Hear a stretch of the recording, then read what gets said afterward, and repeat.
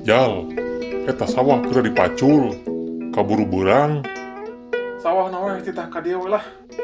Eta budak, dititah kalakan itah deui. Selamat pagi, Selamat pagi. semuanya ini, bapak-bapak seluruh Indonesia, bapak-bapak rame. Bagaimana kabar ini episode pertama kali kita nih, Bapak Setio ini. Ya. Jadi saya adalah Bapak Anggiola sebagai host dan ini adalah Bapak Setio. Saya undang di sini sebagai narasumber yang akan menjelaskan kepada kita tentang tabungan pemerasan. Lu ngomong, bukan gue yang ngomong, lu ngomong. Kemarin tadi malam saya lu yang bilang. Tabungan perumahan rakyat, Tapera. Nah, jadi gini, Tapera ini kan isunya lagi hangat nih.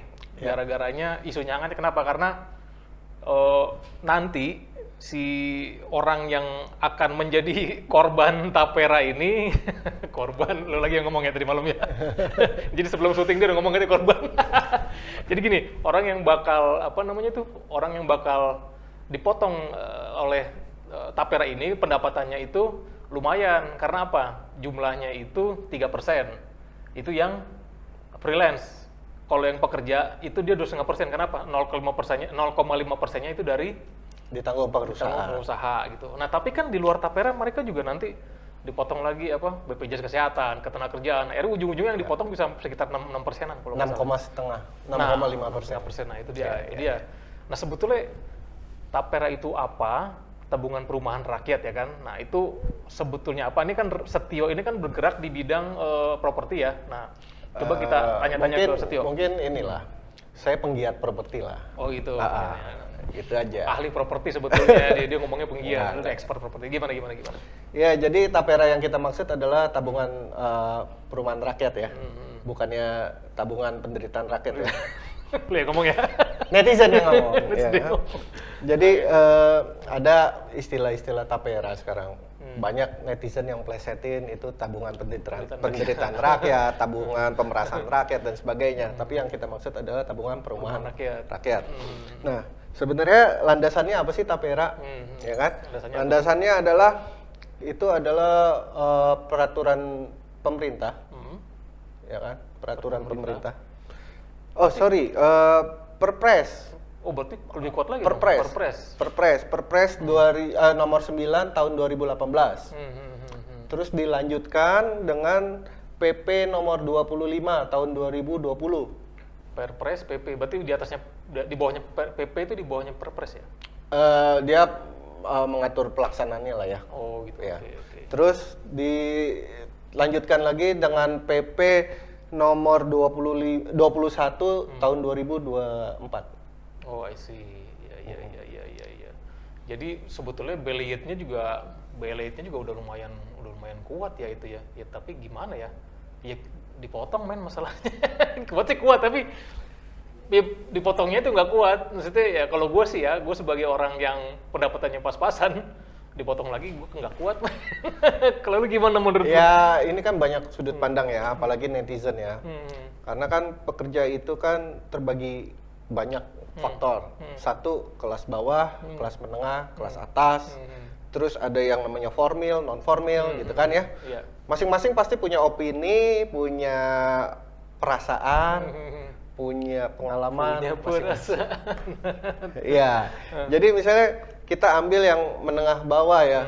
Mungkin akan sangat tidak rela gitu karena potongan dari gaji formilnya sendiri itu adalah 6,5%. Ya, itu dia Ya kan? Di total. Nah, kalau yang pendapatannya di bawah 3 juta atau 3 juta something, let's say gitu ya. Ya pastinya terbebani. Ya, jadi apalagi pendapatan yang pekerja non formil ya.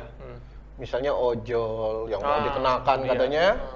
Terus juga mungkin pembantu rumah tangga atau orang serabutan gitu. Pastinya dia kan nggak ada batasan dasar untuk gajinya berapa gitu. Pendapatannya tidak tetap gitu. Nah, dengan pendapatan di bawah 3 juta itu bebannya sangat berat. Itu dia makanya. Sudahlah kita Mungkin Pak Anggi oke lah gitu. Apaan ini mulai ngaco nih. Ya tetap aja men, kalau misalnya apa ya istilahnya kita ini kan apa ya bukan orang yang berada di yang orang yang finansialnya tuh udah kita tidur nggak duit ngalir, enggak, kita tetap harus bekerja keras untuk mendapatkan itu. Nah terus dipotong lagi kan itu berat juga. Sebenarnya gini, mungkin sebagai ilustrasi aja gitu ya. Misalnya nih, pada saat kita zaman dulu banget gitu. Zaman dulu, Gaji jadul. masih 2 jutaan ya kan? Ah iya. Ya pengeluaran mungkin sekitar 1,5 sampai 1,7. Itu udah berat ya? Ya iyalah. Ya. Sisa Sekarang 300.000 gaji mungkin standar UMR sekarang let's say 4 juta, 4 juta, sampai 4,5. 5 juta gitu ya. Nah, pengeluarannya 3 juta something gitu kan. Tapi masih terasa berat kan? Masih terasa berat. Karena apa? Karena ada inflasi. Oh iya, inflasi Jadi tuh. bukan besarannya, tapi percentage-nya yang buat itu jadi beban. Beban, ditambah lagi Iya. ada yang begini. Iya. Nah, itu dia beban kita. Bahkan orang kaya aja bisa terbebani. Misalnya dia pendapatan 10 juta ke atas gitu, tapi pengeluaran dia lebih tinggi lagi. Iya, bener ya, semakin itu, iya. Iya, yang dikredit Mercy. Kalau kita yang dikredit odong-odong. Kalau gua setan kredit. Oke, jadi gini, sekarang tadi kan kita udah ngomongin jadi karyawan, jadi kan sekarang kita ceritanya nih gue jadi pengusaha nih. Gue jadi pengusaha nih kan, terus sebagai pengusaha ini gue udah harus bayar kayak apa namanya tuh asuransinya, pajaknya ya, segala macam kan pajak, terus asuransinya si pekerja kita nanggung, habis itu apalagi yang harus kita tanggung ya, ketenaga kerjaan kita tanggung, JHT kita tanggung, plus sekarang nih nambah lagi ada tanggungan untuk yang tapera tadi. Nah kalau gue jadi pengusaha sih gue kayaknya mikir-mikir lagi deh, bahkan mungkin kayak ngerasa kayak gue belum siap gitu. Menurut lu gimana kalau jadi pengusaha? Ya itu tadi saya bilang, mau kita pekerja level bawah, level menengah, level atas, mau pengusaha level bawah, level menengah, level atas gitu kan. Mereka kan pengeluarannya itu pasti ada budget ya, ada budget di mana setiap perusahaan makin besar, pasti budget yang dikeluarkan juga makin besar gitu ya, cost-nya banyak gitu. Iya. Jadi sama aja sebenarnya, itu akan menambah beban.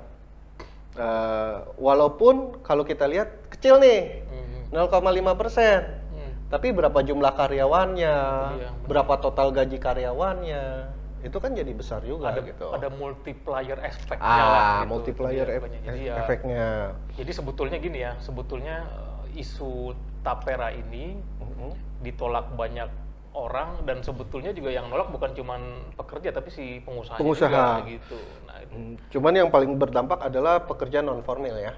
Non formal, iya. Atau enggak yang pekerjaan yang penghasilannya tidak tetap. Nah itu dia. Itu gimana cara nagih mereka ya? Nagihnya gimana? Nah itu dia. Makanya jangan sampai nanti kayak pengemplang pajak, mereka bikin laporan seolah-olah karyawannya sedikit, ya kan? Terus yang dikenakan tapera sekian, akhirnya jadi ngemplang tapera. Nah itu tuh. Nah itu. Tambah keruh. Nah itu jadi. Potensinya bisa seperti itu. Laporan palsu, karyawan 10 dilaporinnya 5. Itu dia. Nih kita sebagai bapak-bapak nih ya memberikan masukan.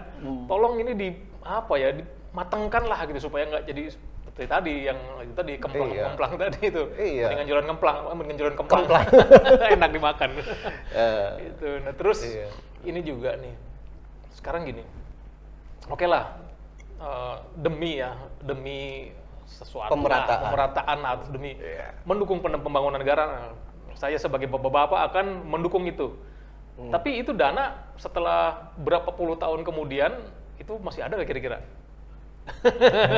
Atau hilang? Atau bisa nggak dipercaya itu? Sebenarnya ada insight ya, kita bisa lihat ya. Sekarang ini duit itu disimpan di mana? Sekarang kan pengelolanya itu kan BP Tapera ya namanya. Ya. Kemarin yang mengepalai Pak Basuki. Ya kan, terus yang jadi komisarisnya Heru Pudio, ya kan. Nah, berdasarkan wawancara dengan Heru, itu katanya uang dari Tapera nggak lari ke IKN, tapi ke obligasi lah, sun lah, sukuk lah dan sebagainya. Oh iya iya. Ya kan? Oh ini kita udah berkaitan dengan IKN nih. Nah ini seru juga nih. Jadi, Nah, karena ada kekhawatiran dari netizen. Oh, jangan-jangan nih buat IKN. gitu. Makanya si ya. Pak Heru ngomong begitu. Pak Heru diwawancara, terus dia membantah lah ya dengan pernyataan bahwa oh enggak, uangnya nggak masuk IKN, tapi masuknya ke sun, sukuk dan sebagainya, obligasi, saham, investasi. Nah, cuman pengelolanya siapa nih selain BP Tapera kan? Berarti kan adanya finansial, Ada kolaborasi lah ya. ya ada kolaborasi gitu kan. Nah, itu bisa dijaga nggak? Itu. Dalam Ya kan? artian gimana? Dijaga Ya dijaga artinya akan tetap selalu untung, kan nggak mungkin juga. Oh, itu dia.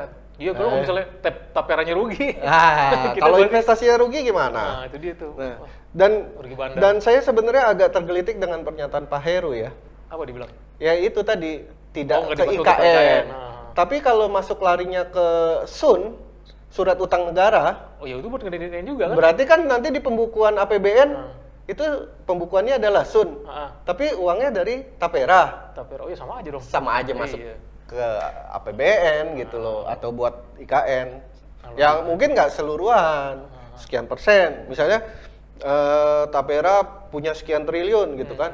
Mungkin porsinya untuk masuk SUN cuman 10% gitu kan. 10% dari SUN dipakai masuk ke APBN. Ya, dari APBN itu sekian persen masuk ke IKN.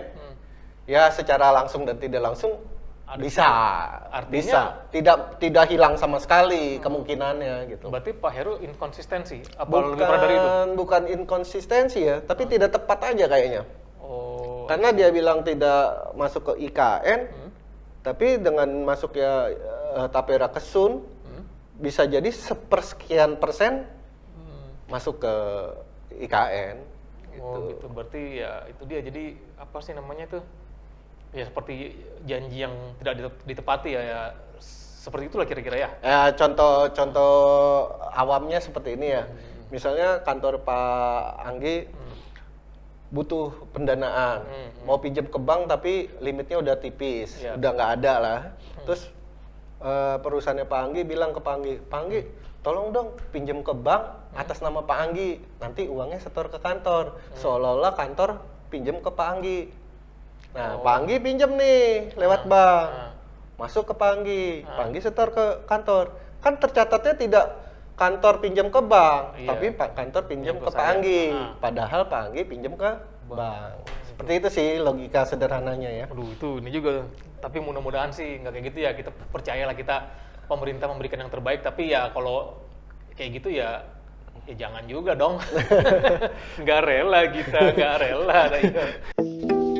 Ye, Jal, eta naon ntar si domba masih kena didinya, arampikeun atuh. Engkeun we Pak, ada domba nama palinten geus nyawa imah sorangan. Teuh nya, dia si ku aing dibabuk dia. Apa Pak ulah Pak?